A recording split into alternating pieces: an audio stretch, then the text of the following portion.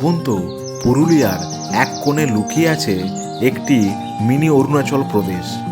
হ্যাঁ, ঠিকই শুনেছেন, বাংলার বুকে এরকম দৃশ্য হয়তো অনেকেই দেখেননি, যেখানে রয়েছে পাহাড়, জঙ্গল, উপত্যকা এবং মনোরম লেক।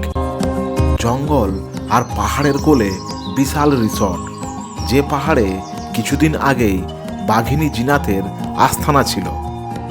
সঙ্গে আদিবাসীদের শিল্পী গ্রাম। সেরকম একটি জায়গায় আজ আপনাদেরকে নিয়ে যাব এবং একদম আনকোরা একটি নতুন জায়গা ভ্রমণের সন্ধান দেব। সব কিছু ডিটেলসে বলবো, তাই ভিডিওটির শেষ পর্যন্ত দেখতে থাকুন।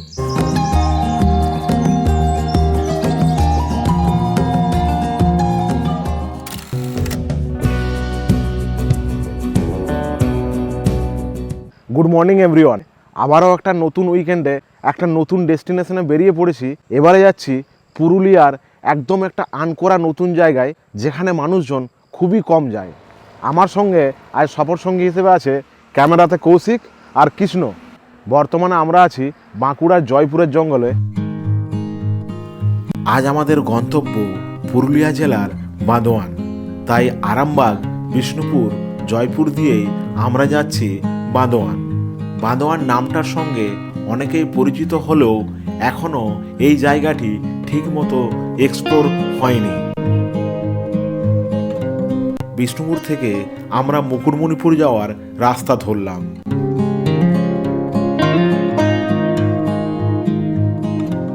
যাত্রাপথ এতটাই সুন্দর যে প্রকৃতি যেন নিজেই আপনাকে স্বাগত জানাচ্ছে। রাস্তার দুই পাশে সবুজ জঙ্গল, চড়াই উতরাই পথ, তার উপর আবার উপরি পাওনা খেজুর গুড়ের মহল। শীতকালে বাঁকুড়া এবং পুরুলিয়ার প্রত্যেকটা গ্রামের পাশেই এই চিত্র দেখতে পাওয়া যায়।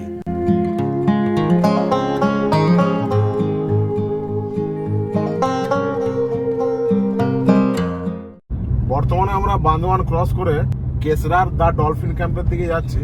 বাঁদোয়ান থেকে প্রায় 8 কিলোমিটার ডিস্টেন্স।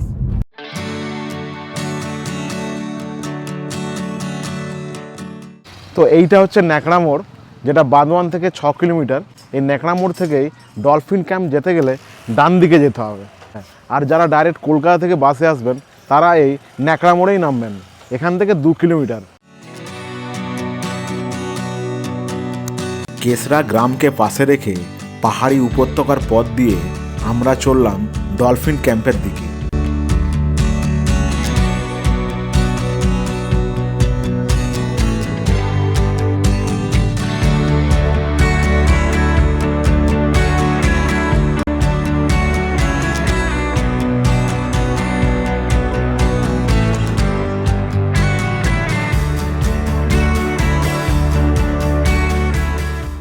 আমরা আমাদের ডেস্টিনেশন কেসরার দ্য ডলফিন ক্যাম্পে চলে এসেছি। দ্য ডলফিন ক্যাম্প রিসর্টটা রাইকা পাহাড়ের কোলেই অবস্থিত এবং জঙ্গলের মধ্যে। বেশ রোমাঞ্চকর পরিবেশ এখানকার। এইটা হচ্ছে রিসর্ট। রিসর্টটা বেশ অনেকটা জায়গা জুড়ে।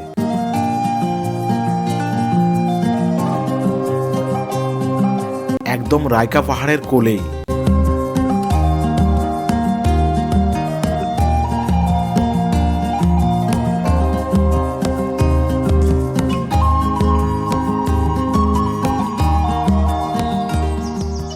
এই সেই রাইকা পাহাড়, যে রাইকা পাহাড়ে বাঘিনী জিনাতের আস্থানা ছিল। এই বাঘিনী জিনাত শিমলিপাল অভয়ারণ্য থেকে পালিয়ে এসেছিল। চলুন তাহলে আমাদের কটেজের দিকে যাওয়া যাক।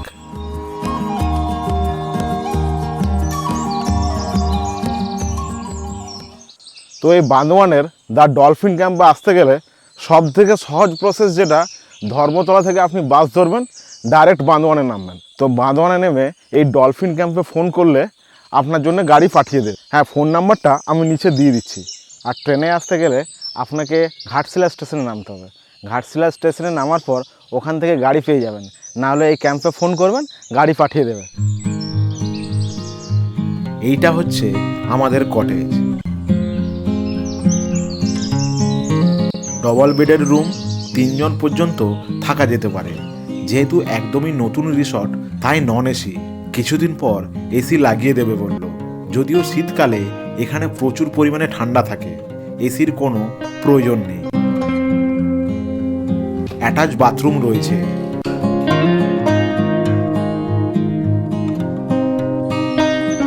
এখানে সেম টাইপের আর একটি কটেজ রয়েছে। রুমের বারান্দা থেকে রাইকা পাহাড়ের দারুণ একটা ভিউ আছে। আর এই রিসর্টের আশেপাশে কোনো গ্রাম নেই, কোনো জনবসতি নেই, পুরো শুনশান। একদম প্রকৃতভাবে প্রকৃতির মাঝখানে আমরা একটা দিন কাটাবো। এখানে একটি ট্রি হাউসও রয়েছে। কটেজ এবং ট্রি হাউস আপনি যেখানেই থাকুন না কেন মাথাপিছু খরচ 1400 টাকা। ওর মধ্যেই থাকা এবং 4 বেলা খাওয়া। এখনও যদিও ট্রি হাউসটি চালু হয়নি।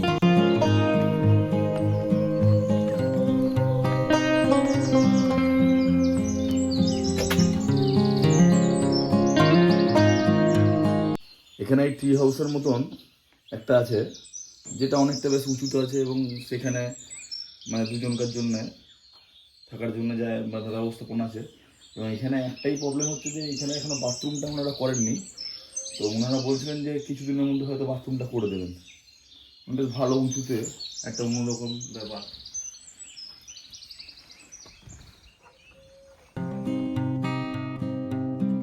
এখানে 5টি টেন্ট রয়েছে। টেন্টের মাথাপিছু খরচ থাকা এবং খাওয়া নিয়ে 1200 টাকা। নিচের নাম্বারে ফোন করে আপনি কটেজের রুম বুক করতে পারবেন।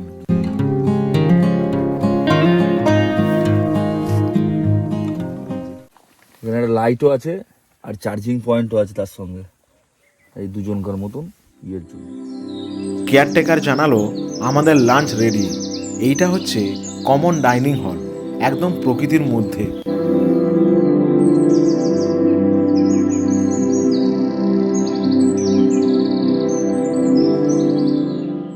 এই যে আজকে আমাদের দুপুরের দ্য ডলফিন ক্যাম্পের মেনুতে আছে হচ্ছে নুন লঙ্কা লেবু, স্যালাড, ভাত, আলু ভাজা, তারপরে আছে হচ্ছে ফুলকপি আলু কষা, চারাপোনা মাছ, আর রুইয়ের একটা বেশ কারি টাইপের, আর মুসুরির ডাল, তার সঙ্গে আছে পাঁপড় আর টমেটোর চাটনি। তাহলে খাওয়াটা শুরু করা যাক, তারপর আপনাদের জানাচ্ছি।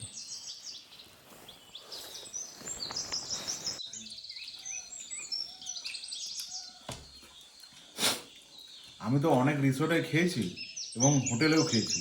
এই খাবারটা বেস্ট। বেস্ট এই কারণেই, কারণ খাবারটা খাওয়ার পর একটা আলাদাই তৃপ্তি।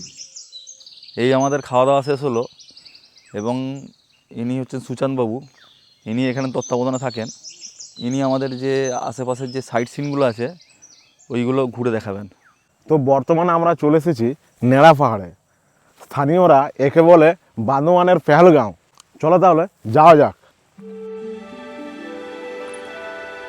আমাদের রিসর্ট থেকে নেড়া পাহাড় একদম কাছেই।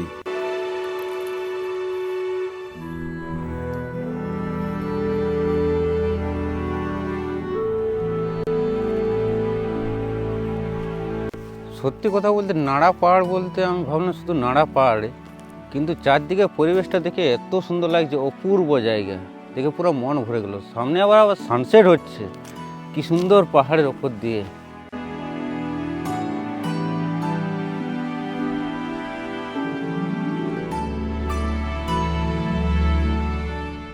এই যে আমরা এখন নেড়া পাহাড়ের উপরে আছি। এখান থেকে আমাদের এই রায়কা পাহাড় এবং নরসিং পাহাড় অনেক কাছাকাছি। এখান থেকে রায়কা পাহাড় একবারে সামনে। যিনি এখানে বাঘ জিনাত এসেছিলেন, এখানে কয়েকদিন ছিলেন এবং ওখান থেকে তিনি এখানে একটি সয়েল বাঁধ আছে ছোট্ট, সেখানে জল খেতেও নামতেন। আমাদের আশেপাশে এখানে আছে নরসিং পাহাড়। এই পাহাড়টা খুব সুন্দর।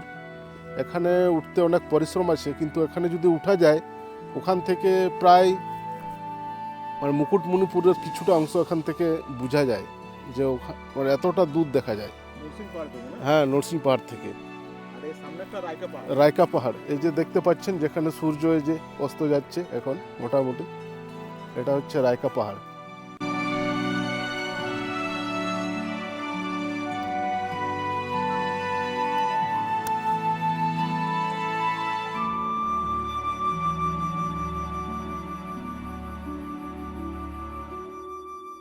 এই যে আপনারা দেখতে পাচ্ছেন চারিদিকে পলাশ গাছ, পলাশে পলাশে ভর্তি। এখানে মার্চ মাসে এলে কিংবা হোলির সময় এলে এখানে চারিদিকে লাল, একবারে চারিদিকে লাল দেখতে পাবেন, মানে অপূর্ব সুন্দর লাগবে। এখান থেকে যতটা তাকাবেন প্রায় লাল দেখতে পাবেন।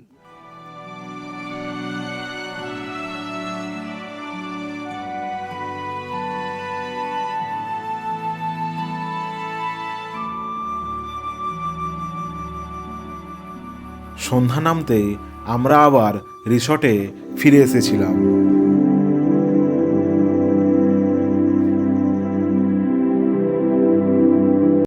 রুমে স্ন্যাক্স রেডি।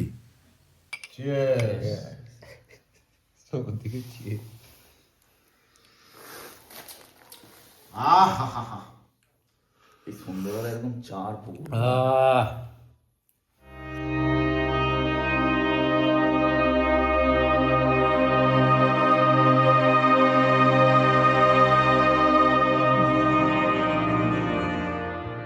সন্ধ্যা গড়াতেই সুশান্তবাবু বনফায়ারের ব্যবস্থা করে দিলেন, সঙ্গে চিকেন বারবিকিউ।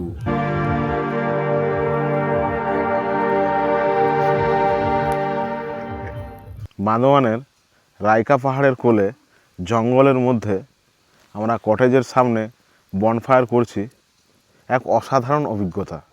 চারিদিকে নিস্তব্ধতা এবং অন্ধকার, শুধুমাত্র ঝিঝি পোকার আওয়াজ, উপরে ঝলমলে তারা ভরা আকাশ, তার সঙ্গে সামনে উষ্ণ আগুনে পোড়া টাটকা চিকেনের স্বাদ। এক রোমাঞ্চকর অভিজ্ঞতা। আর এই রিসর্টে পেড বেসিসে এনারা ছৌ নাচ এবং আদিবাসী নৃত্যেরও ব্যবস্থা করে দিয়ে থাকেন। রাতের ডিনারে রুটি, চিকেন আর আলু ভাজা।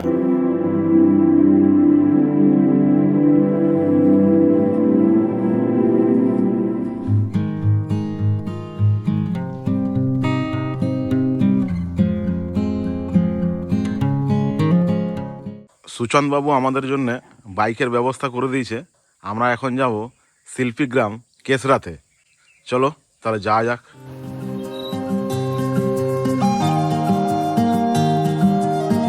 এখানকার পথ দেখে মনে হচ্ছে কোনো গুপ্তধনের রহস্যের সন্ধানে বেরিয়েছি।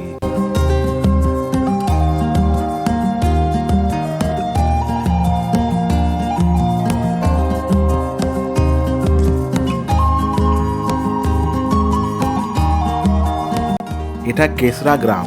এটা শুধুমাত্র একটা গ্রাম নয়, এটা একটা জীবন্ত আর্ট গ্যালারি।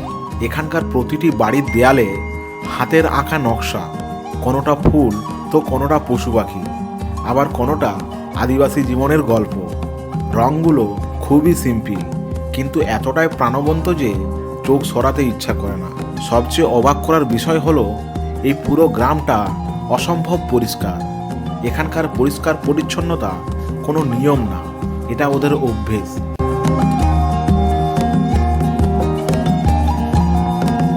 একটা বাড়িতে ঢুকলাম।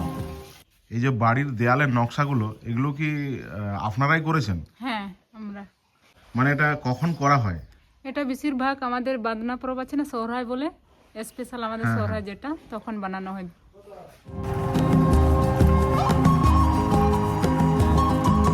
এর পরের গন্তব্য কেসরা গ্রামের পাশে থাকা সয়েল বাঁধ।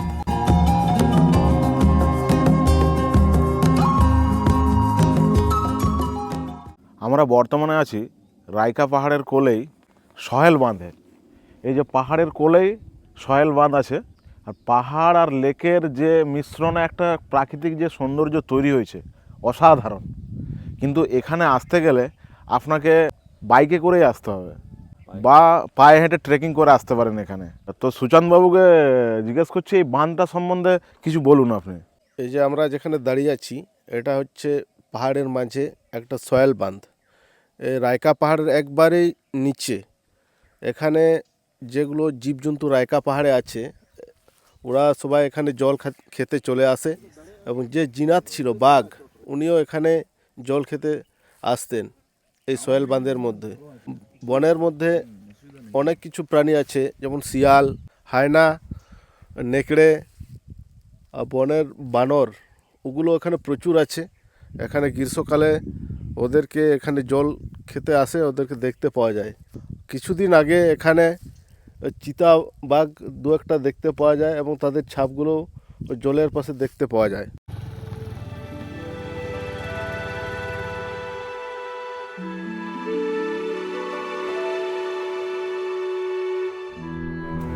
এরপর আবার আমরা নেড়া পাহাড়ে এলাম। কালকে এসেও মন ভরেনি, তাই আজ আবার একবার এখানে আসা। সত্যি অসাধারণ একটি জায়গা।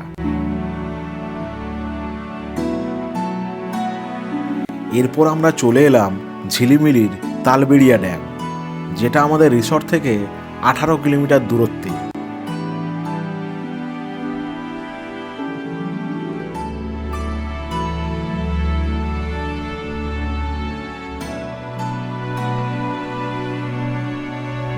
এখানে নৌকা বিহারেরও ব্যবস্থা আছে। জনপ্রতি ভাড়া 50 টাকা থেকে 100 টাকার মধ্যে, প্যাসেঞ্জারের উপর ডিপেন্ড করে। পুরো ড্যামটাতে প্রায় আধা ঘন্টার মতো ঘোরাবে বলল। তালবেড়িয়া ড্যামের বিস্তীর্ণ আকাশী নীল জলাশয়ে নৌকা বিহার এক অবিস্মরণীয় মুহূর্ত, যা আপনি দারুণভাবে উপভোগ করবেন। তারপর আবার আমরা রিসর্টে ফিরে এলাম। এই যে আমাদের সকালের জলখাবার দিয়ে দিয়েছেন এনারা, এবং সকালের জলখাবারে আছে হচ্ছে লুচি, ফুলকো ফুলকো লুচি, আর আছে হচ্ছে ডিম সেদ্ধ, আর আছে হচ্ছে মটর ঘুগনি তরকারি আলু দিয়ে। এবং খাওয়া যাক।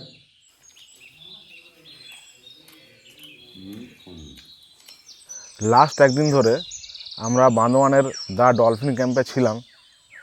আমার সাথে আছে সুচান্তবাবু, যিনি এই ডলফিন ক্যাম্পের তত্ত্বাবধানে থাকেন। হ্যাঁ, এনাদের যে ব্যবহার এবং আপ্যায়ন, তার সঙ্গে সার্ভিস অসাধারণ, মানে খুবই সুন্দর। আপনারাও এখানে আসুন, ভালো লাগবে। আর আসার জন্য আগেও বলেছিলাম যে ডাইরেক্ট বান্দোয়ান আপনি বাস ধরে আসতে পারেন। বান্দোয়ান বাস স্ট্যান্ড থেকে গাড়ি পেয়ে যাবেন। তাছাড়া নালে এই সুচান্তবাবুকে ফোন করবেন, ইনি কিন্তু গাড়ি পাঠিয়ে দেবে আর কি। গাড়ি ভাড়া কত?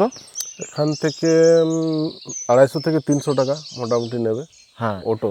তো এই বান্দোয়ান বাস স্ট্যান্ড থেকে ডলফিন ক্যাম্প পর্যন্ত ভাড়া হচ্ছে মোটামুটি 250 থেকে 300 টাকা, ঠিক আছে। আর যারা কলকাতা থেকে আসবেন, হয়তো কলকাতা থেকে ডাইরেক্ট বাসে আসবেন যারা, তারা ওই বান্দোয়ানে নামার দরকার নেই। বান্দোয়ানের আগেই ন্যাকড়া মোড় বলে একটা জায়গা আছে এখানে, এই সামনেই জাস্ট, হ্যাঁ, রিসর্ট থেকে 2 কিলোমিটার হবে, একদম সামনেই। তো ওখানেই নামতে পারেন, আর বান্দোয়ান যাওয়ার দরকার নেই। আর একটা কথা জিজ্ঞেস করে নেবো, সেটা হচ্ছে এখানে বিভিন্ন জায়গায় যে সাইট সিন আছে, সেই সাইট সিনগুলো করার জন্য যে গাড়ি, সেটা আপনারা কি অ্যারেঞ্জ করে দেন? হ্যাঁ, কেউ যদি বলে যে আমরা সাইট সিন করতে চাই, তাদেরকে আমরা এখান থেকে গাড়ি অ্যারেঞ্জ করে দিই। সেটা এরপরে ভাড়াটা ডিপেন্ড করে কোথায় কোথায় যাচ্ছেন তার উপরে। হ্যাঁ হ্যাঁ হ্যাঁ। তো সুচান্ত বাবুকে ধন্যবাদ। হ্যাঁ, আমরা আবার এখানে আসবো, কারণ খুবই ভালো লেগেছে জায়গাটা।